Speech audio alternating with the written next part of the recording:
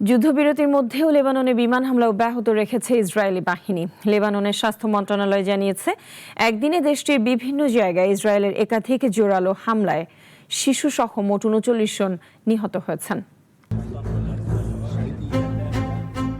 লেবাননে ইসরায়েলের তীব্র বিমান হামলায় আরও ৩৯ জন নিহত হয়েছে বলে জানিয়েছে দেশটির স্বাস্থ্য মন্ত্রণালয়।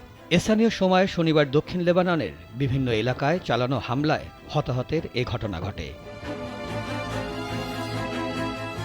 লেবাননের স্বাস্থ্য মন্ত্রণালয়ের তথ্য অনুযায়ী দক্ষিণাঞ্চলীয় সাকসাকিয়ে শহরে ইসরায়েলি বিমান হামলায় অন্তত ৭ জন নিহত হয়েছেন। নিহতদের মধ্যে এক শিশুও রয়েছে। এ হামলায় আরও অন্তত ১৫ জন আহত হয়েছেন, যাদের মধ্যে ৩ জন শিশু রয়েছে। এদিকে ইসরায়েলি বাহিনী দাবি করেছে তারা হিজবুল্লাহর সদস্যদের লক্ষ্য করে হামলা চালিয়েছে। আইডিএফ এক বিবৃতিতে বলেছে, বেসামরিক নাগরিক হতাহতের খবর তারা অবগত, তবে তারা দাবি করেছে হামলার আগে নির্ভুল অস্ত্র ও আকাশ নজরদারির মাধ্যমে বেসামরিক ক্ষয়ক্ষতি কমানোর চেষ্টা করা হয়েছে।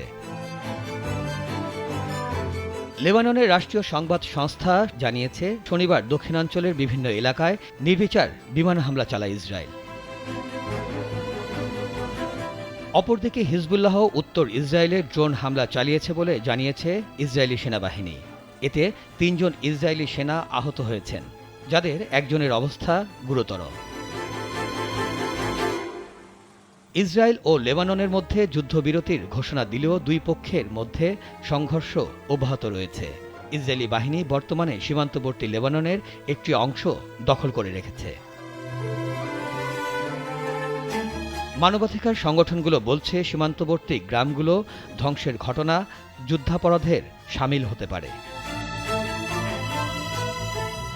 মিরাজ মিজু, নাগরিক।